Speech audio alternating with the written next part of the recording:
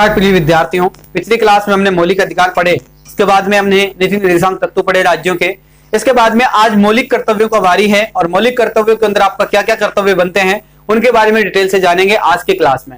तो देखिएगा, यानी कि आपको अगर दोनों टॉपिक में कोई दिक्कत है, यानी कि मौलिक अधिकार या फिर राज्य के नीति निर्देशांक जो सिद्धांत है उनके अंदर कोई प्रॉब्लम है तो आप कमेंट करके बता सकते हैं। और इस क्लास में हम मौलिक अधिकारों के बारे में पढ़ेंगे। अगर यहाँ भी आपको कोई समस्या है तो आप लोग बता सकते हैं, ठीक है। देखिएगा, मौलिक कर्तव्यों के बारे में आज की क्लास में चर्चा करेंगे। तो सबसे पहले आप लोग टॉपिक डालिएगा मौलिक कर्तव्य। इनके बारे में चर्चा करेंगे, मौलिक कर्तव्यों के बारे में। यानी कि अब तक तो संविधान हमें क्या दे रहा था, संविधान हमें कह रहा था कि आपको ये भी अधिकार है, ये भी हक है, ये भी कर सकते हो, वो भी कर सकते हो, है ना। आपको पावर दे रहा था, लेकिन अब आपका पावर का इस्तेमाल कहां करना है और आप लोगों की जिम्मेदारी क्या बनती है उस पर भी चर्चा की जानी चाहिए। और ये आप लोगों के लिए है, ठीक है। तो सभी के लिए है, ये आपके लिए नहीं है, ये मेरे लिए भी है ना। सभी के लिए है, इसकी पालना करनी चाहिए। मौलिक कर्तव्य बनते हैं हमारे, तो उन चीजों का ध्यान रखना चाहिए। तो देखिएगा, सबसे पहले लिखिएगा, मूल संविधान में मौलिक कर्तव्यों का उल्लेख नहीं किया गया है। पहली बात तो क्या है, मूल संविधान की अगर आप बात करते हैं, यानी कि संविधान के अंदर तो इनका क्या नहीं किया गया है, उल्लेख नहीं किया गया है। ध्यान रखना, एग्जाम में सवाल पूछेगा यहां से, संविधान में क्या नहीं किया गया है, उल्लेख नहीं किया गया है। सबसे पहली बात तो किनका, मौलिक कर्तव्यों का। ध्यान रखना, मौलिक अधिकार आपके भाग 3 के अंदर है। किसके अंदर है, संविधान के भाग 3 में मौलिक अधिकार है, लेकिन मौलिक कर्तव्यों का कहीं पर संविधान में चर्चा नहीं की गई है। इस चीज का विशेष ध्यान रखना। अगर कहीं आप कंफ्यूज हो गए, मौलिक अधिकार मौलिक कर्तव्यों में अगर कंफ्यूज हो गए तो फिर समझ लेना कुछ भी नहीं है, नाव डूब जाएगी पानी में, वहीं की वहां, जहां पर आप थे वहीं डूब जाओगे। तो इस चीज का ध्यान रखना, यानी कि मौलिक कर्तव्यों का क्या नहीं किया गया है, संविधान के अंदर कहीं भी जिक्र नहीं किया गया है या फिर वहां पर लिखा नहीं गया है, ठीक है। लिखित रूप में नहीं है, कहने का मतलब यह है। इन्हें देखिएगा, यानी कि स्वर्ण सिंह समिति, एक स्वर्ण सिंह समिति थी, आपको पता हो तो 1976 की बात कर रहा हूं मैं। देखिएगा, इन्होंने स्वर्ण सिंह समिति के सिफारिश के आधार पर 1976 में 42वां संविधान संशोधन के माध्यम से आंतरिक आपातकाल 1975 से 77 के दौरान लगातार शामिल किया गया था। देखो, एक चीज समझना, यहां पर मौलिक कर्तव्यों की बात कर रहे थे तो एक समिति आई जिसका नाम था स्वर्ण सिंह। स्वर्ण सिंह समिति जो थी, स्वर्ण सिंह समिति आई आपकी, और ये कब आई, यानी कि इसकी सिफारिश की गई, इसके द्वारा बताया गया 1976 में। कब की बात कर रहा हूं, 1976 में।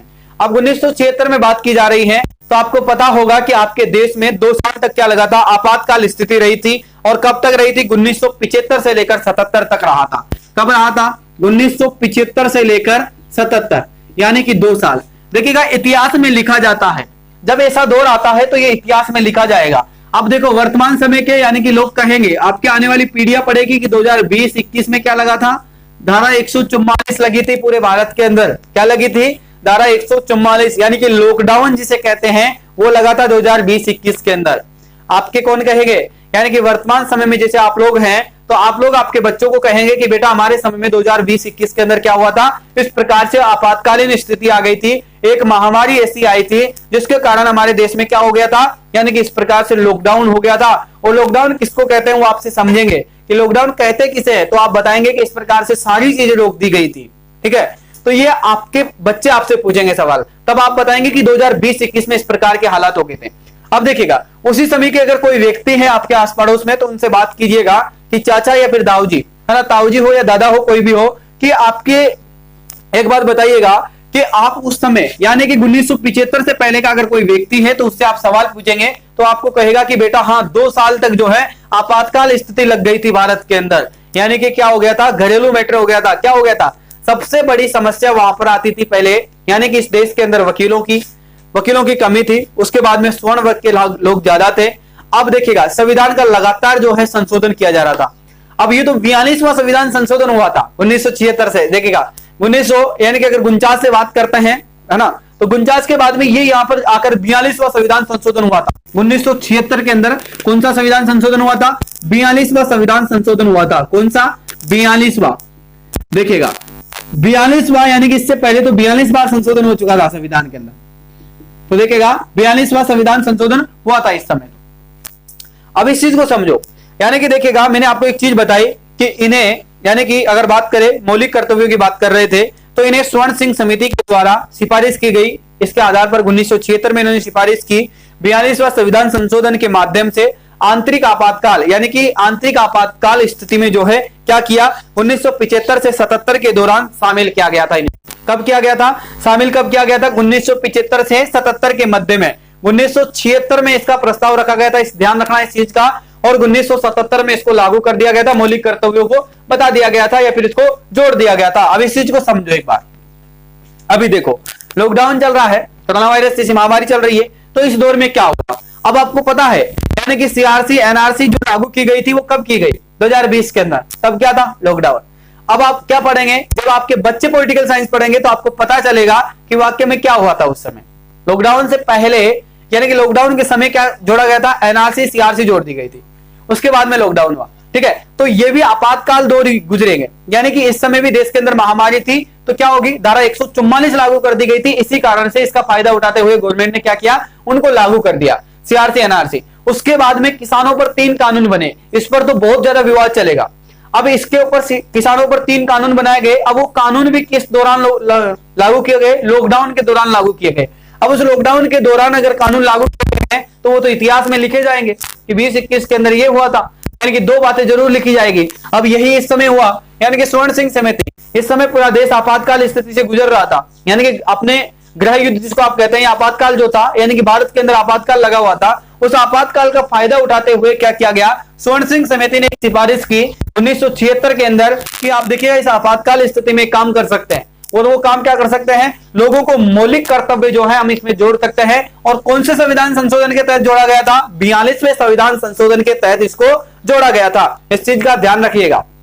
चलिएगा आगे चलते हैं। इसी प्रकार से देखिएगा 2002 के अंदर जो है 46वां संविधान संशोधन में एक और मौलिक कर्तव्य को जोड़ दिया गया था। देखो अब समझो 2002 के अंदर, अब फिर आएगा आगे पढ़िएगा 2002।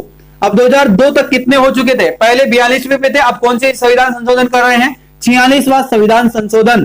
2002 में कौन सा हुआ, 46वां संविधान संशोधन हुआ भाई साहब। कौन सा हो गया, 46वां संविधान संशोधन। और इसके तहत क्या हुआ, यानी कि एक और मौलिक कर्तव्य आपका जोड़ दिया गया। क्या जोड़ दिया गया है, एक और मौलिक कर्तव्य आपका जोड़ दिया गया है। ठीक है आगे चलते हैं थोड़ा सा। पहले देखो संविधान के भाग 4 के 1 के अंदर मौलिक कर्तव्यों का जिक्र किया गया, जिसमें केवल एक अनुच्छेद है 51 क। ध्यान रखना पूरा फैक्ट डाटा मैं आपको लिखवा रहा हूं। यानी कि संविधान के अंदर जो है, यानी कि भाग 4 में कौन से भाग की बात कर रहे हैं, मौलिक कर्तव्य कौन से में थे, भाग 4 में। मौलिक अधिकार किस में थे, भाग 3 में। ध्यान रखना मौलिक अधिकार किसके अंदर थे, भाग 3 के अंदर। मौलिक कर्तव्य किसके अंदर थे, भाग 4 में। कौन से भाग में थे, भाग 1 के अंदर। कौन से भाग में है, यहां पर देखो किसमें है, भाग 4 के अंदर। कौन से भाग 4 कौन से में, 1 के अंदर थे। और क्या थे 1 के अंदर, मौलिक कर्तव्य। और कौन से अनुच्छेद की बात कर रहे हैं, अनुच्छेद 51। और 51 का भी कौन सा, क। यानी कि देखो यहां पर भाग 4 के अंदर ए में है, इसका उल्लेख है। इसके बाद में कौन से अनुच्छेद में किया गया है, अनुच्छेद नंबर 51। कौन से अनुच्छेद की बात कर रहा हूं, अनुच्छेद नंबर 51। और अनुच्छेद का 51 का भी कौन से भाग के अंदर जिक्र किया गया है, वो भी क भाग के अंदर। किस भाग की बात कर रहे हैं, क भाग के अंदर इसका जिक्र किया गया है। इस चीज का विशेष ध्यान रखना, यहीं से सवाल बनने वाला है, यहीं से सवाल बनने वाला है। सबसे डीप और सबसे गहरी चीज यही है, यहां पर डीपली चीज समझिएगा इसको। भाग 4 के अंदर इसका उल्लेख है, मौलिक कर्तव्यों का भाग 4 के अंदर संविधान में उल्लेख है। लेकिन कौन से भाग 4 के 1 के अंदर इसका उल्लेख किया गया है, अनुच्छेद नंबर 51 के अंदर इसका उल्लेख है। और 51 के अंदर भी कौन से पद पर है, क के अंदर इसका उल्लेख दिया गया है। कहां पर दिया गया है, क के अंदर दिया गया है। दोबारा समझो इस चीज को, देखिएगा दोबारा से समझिएगा, डिटेल से समझिएगा। संविधान का उल्लेख जो किया गया है वो किसके आधार पर, देखिएगा संविधान के अंदर इसका उल्लेख पहले नहीं था। क्या नहीं था, पहले इसका संविधान के अंदर उल्लेख नहीं था। अगर आपसे सवाल पूछा जाए कि संविधान के अंदर मौलिक कर्तव्यों का उल्लेख किया गया है, कब किया गया है, तो कब किया गया था, 1976 के अंदर। किसने की थी, स्वर्ण सिंह की समिति के द्वारा सिफारिश की गई थी 1976 में। उस समय भारत में क्या चल रहा था, 1975 से लेकर 77 तक आपातकालीन दौर चल रहा था। और उस समय 42वां संविधान संशोधन हुआ था, उसके तहत में आपके मौलिक कर्तव्य इसके अंदर जोड़े गए थे। अब कहां पर जोड़े गए थे, भाग नंबर 4 के अंदर, भाग नंबर 4 के अंदर मौलिक कर्तव्य आपके जोड़े गए थे, जिसका भाग नंबर 4 का भी कौन सा, ए, और ए के अंदर भी अनुच्छेद कौन सा, 51वां, और 51वें अनुच्छेद के अंदर भी कौन सा, क के अंदर जोड़ा गया है। तो ध्यान रखिएगा, मौलिक कर्तव्यों का उल्लेख भाग 4 के ए के अंदर, अनुच्छेद 51 के अंदर और क भाग के अंदर उल्लेख किया गया है। इस चीज का विशेष ध्यान रखना, ठीक है, समझ में आया। यानी कि मौलिक अधिकार किसके अंदर है, भाग 3 के अंदर वर्णित किए गए हैं। उसमें आपको मैंने अनुच्छेद लिखवाए थे, है ना, अलग अलग जो अधिकार है आपके मौलिक अधिकार है उनका अलग अलग अनुच्छेदों के अंदर वर्णन किया गया है। वो चीज मैंने आपको पिछली क्लास में डिटेल से समझाया था। इस क्लास में आपको मौलिक कर्तव्य समझना था। मौलिक कर्तव्यों के अंतर्गत आपको क्या पता है कि भाग 4 के एक के अंदर जो है इसका उल्लेख किया गया है, अनुच्छेद 51 के क भाग के अंदर उल्लेख किया गया है। और कब से किया गया है इस चीज का भी ध्यान रखना। पहले अगर संविधान के यानी कि मूल संविधान के अंदर मौलिक कर्तव्यों का क्या नहीं था, जिक्र नहीं किया गया था, उल्लेख नहीं था। तो एग्जाम में सवाल पूछा जाए कि क्या मौलिक संविधान जो था या फिर मूल संविधान जो था, है ना, 1950 में जो संविधान, 1949 में संविधान जो लागू किया गया था, उस संविधान के अंदर मौलिक कर्तव्यों का जिक्र किया गया था, तो उसके अंदर मौलिक कर्तव्यों का जिक्र नहीं किया गया था।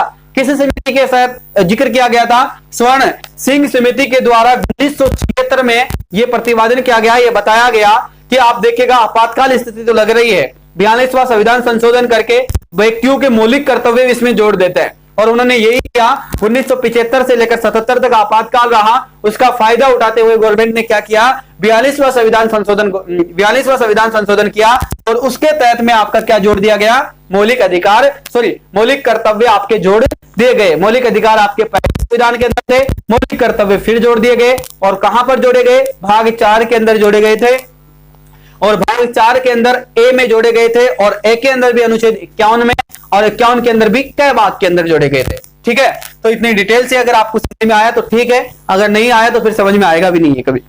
ठीक है, ध्यान रखिएगा। इसके बाद में देखेगा इसी के तहत में यानी कि इसके बाद 2002 के अंदर फिर एक 46वां संविधान संशोधन होता है और उसके साथ में एक मौलिक कर्तव्य आपके ओर जोड़ दिया जाता है। अब देखिएगा इसी के तहत जो है यानी कि प्रत्येक भारतीय का यह कर्तव्य होगा कि वो भारत का संविधान, राष्ट्रीय ध्वज, राष्ट्रगान का आदर करेगा। पहली बात क्या की गई है, यानी कि संविधान, राष्ट्रीय ध्वज और राष्ट्रगान का आदर करेगा। इसके बाद में राष्ट्रीय की संप्रभुता, एकता और अखंडता की रक्षा करेगा। क्या करेगा, अखंडता की रक्षा करेगा। इसी के बाद में देखिएगा यानी कि हमारी मिश्रित संस्कृति का समुद्र यानी कि धरोहर जिसका अनुसरण करेगा, सभी लोगों को आपसी में भाईचारा की भावना का विकास करेगा। मौलिक कर्तव्यों के नागरिक यानी कि मौलिक कर्तव्य के जो नागरिक है यह याद दिलाता है कि ये सभी नागरिक अपने कर्तव्यों का निर्वहन करना चाहिए और समय समय पर सबका ध्यान रखना चाहिए। नीति निर्देशांक तत्वों की तरह कर्तव्यों की भी कानूनी रूप से लागू नहीं किया जा सकता, यानी कि नीति निर्देशांक तत्वों की तरह भी इसको कानूनी रूप से लागू नहीं किया जा सकता। मतलब कहने का मतलब आप समझो। देखिएगा एक बार दोबारा से इस चीज को समझिएगा, आप लोग अच्छे से समझिए तब जाकर आपके समझ में आएगी। देखो, अगर आपने भारत के संविधान की प्रस्तावना अगर आपने पढ़ी है और अगर नहीं पढ़ी अभी तक, मैंने पहले भी एक बार जिक्र किया था भारत के संविधान की प्रस्तावना के बारे में, यानी कि हम भारत के लोग भारत को संपूर्ण समाजवादी, पंथनिरपेक्ष, लोकतांत्रिक गणराज्य बनाने के लिए, है ना, अखंड भारत की सुनिश्चितता करने के लिए, भाईचारा को बढ़ावा देने के लिए, है ना, यानी कि दृढ़ संकल्प होकर हम क्या करते हैं, मिति मार्ग शुक्ल सप्तमी को ये दृढ़ संकल्प करते हैं कि हम हमारे देश का संविधान की पालना करेंगे, या अंगीकृत किया जाता है। ठीक है, 26 नवंबर 1950 को इसको अंगीकृत किया जाता है, मिति मार्ग शुक्ल सप्तमी को। तो ये एक आपकी प्रस्तावना होती है। संविधान की प्रस्तावना आपने एनसीईआरटी बुक के पिछले वाले पेज पे देखा होगा या फिर कहीं पर आपने अन्य जगहों पर भी इसको देखा होगा। अगर किसी ने नहीं देखा है या फिर किसी के पास में नहीं है तो मैं आज व्हाट्सएप में जो है आपको एक फोटो सेंड कर दूंगा उसकी, भारत के संविधान की प्रस्तावना, और उस प्रस्तावना की पालना करना ही आपका मौलिक कर्तव्य है। इस चीज का ध्यान रखना।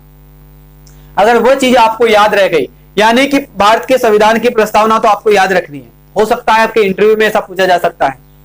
और अगर एक चीज और ध्यान रखना, मौलिक कर्तव्य अगर आपको याद रखना है तो मौलिक कर्तव्य और आपका संविधान का अगर शॉर्ट रूप आपको याद रखना है तो भारत के संविधान की प्रस्तावना आप पढ़िएगा, संविधान की प्रस्तावना आप पढ़िएगा, आपको पता चल जाएगा। उसमें इतना सा ही है, जिस प्रकार से आप प्रतिज्ञा करते हैं, स्कूल में आपने प्रतिज्ञा की होगी कभी कि मैं भारत का नागरिक हूं, है ना, इस प्रकार से प्रतिज्ञा होती है या फिर शपथ लेते हैं आप लोग, तो वही चीजें उसके अंदर, है ना। तो भारत की प्रस्तावना भारत के संविधान की प्रस्तावना, उसके बारे में आपको जानकारी प्राप्त होनी चाहिए और उसका फोटो जो है मैं आप लोगों को सेंड कर दूंगा। वहां से आप लोग उसको पढ़िएगा डिटेल से, उसके बाद में उसको याद करिएगा। सभी विद्यार्थियों से मैं पूछूंगा, जब भी मुझे समय मिलेगा मैं आप लोगों से प्रत्येक विद्यार्थी से पूछूंगा, ध्यान रखना। और प्रत्येक विद्यार्थी मुझे सही से प्रस्तावना सुनाएगा, ठीक है। यानी कि उसके अंदर जिक्र किया गया है इतना सा कि हम भारत के लोग भारत को संपूर्ण समाजवादी, पंथनिरपेक्ष, लोकतांत्रिक गणराज्य बनाने के लिए तथा इसके बंधुता को बढ़ावा देने के लिए, समानता का, इस प्रकार से सारी चीजें उसमें लिखी गई है। वैसे संविधान का जो मौलिक अधिकार, मौलिक कर्तव्य जो चीजें हैं वो सारी उसमें लिखी गई है। 26 नवंबर 1949 को संविधान को अंगीकृत करते हैं, ये सारी चीजें उसमें लिखी गई है। तो ये चीजें आप पढ़िएगा एक बार तो आपको पता चल जाएगा और इसको याद रखना है आप लोगों को, ठीक है। चलिएगा, लेकिन सही ढंग से याद करिएगा, इसको ध्यान रखिएगा। मौलिक कर्तव्य अगर याद रखने तो सही ढंग से उसको पढ़िएगा, सही ढंग से उसको याद रखिएगा, ठीक है। तो आज की क्लास में केवल इतना ही है। इनको पढ़ाने से मतलब इनको लिखवाने से कोई मतलब नहीं है, आपको प्रस्तावना उसके नीचे लिख लेनी है। देखो यहाँ पर यहाँ तक आप नोट्स लिख लेंगे, इसके बाद में आपको प्रस्तावना जो मैं आपको सेंड करूंगा, है ना, तो उसको क्लियर आपको लिखना है, अच्छे से आपको लिखना है और आपको याद भी करना है, ठीक है। तो संविधान की प्रस्तावना जो है उसको आपको इसके नीचे लिख लेनी है। यही आपके क्या होते हैं, मौलिक कर्तव्य होते हैं। वैसे अगर एक बार आप देखना चाहते हैं तो मैं आपको बता देता हूं मौलिक कर्तव्य आपके क्या क्या होने चाहिए इसके तहत। यानी कि पहला कर्तव्य आपका क्या होना चाहिए, संविधान को आप क्या करना चाहिए, प्राथमिकता देनी चाहिए, यानी कि संविधान को सबसे पहले आपको मानना होगा। दूसरी बात, राष्ट्रीय ध्वज का सम्मान करना होगा, राष्ट्रगान का आपको आदर करना होगा, उसका भी आपको सम्मान करना होगा। राष्ट्र की संप्रभुता, यानी कि राष्ट्र के बारे में, यानी कि सभी के राष्ट्र के बारे में आप सोचेंगे, है ना। एकता और अखंडता की रक्षा करेंगे, यानी कि सभी को एक रखने की और अखंडता रखने की कोशिश करेंगे। इसी के प्रकार में देखिएगा, हमारी मिश्रित संस्कृति जो है, यानी कि समुद्र जो धरोहर है उसका सम्मान करेंगे, यानी कि किसी को धर्म को आप देश नहीं पहुंचाएंगे, आपके सभी धर्मों को आप समान समझेंगे। सभी लोगों के बीच में आपसी में भाईचारा बनाए रखेंगे आप लोग, है ना। ये आपके मौलिक कर्तव्य बनता है ना। मौलिक कर्तव्य नागरिकों को ये याद दिलाता है, क्या याद दिलाता है, कि सभी नागरिक अपने कर्तव्यों का निर्वाह करें और समय समय पर ध्यान भी रखें।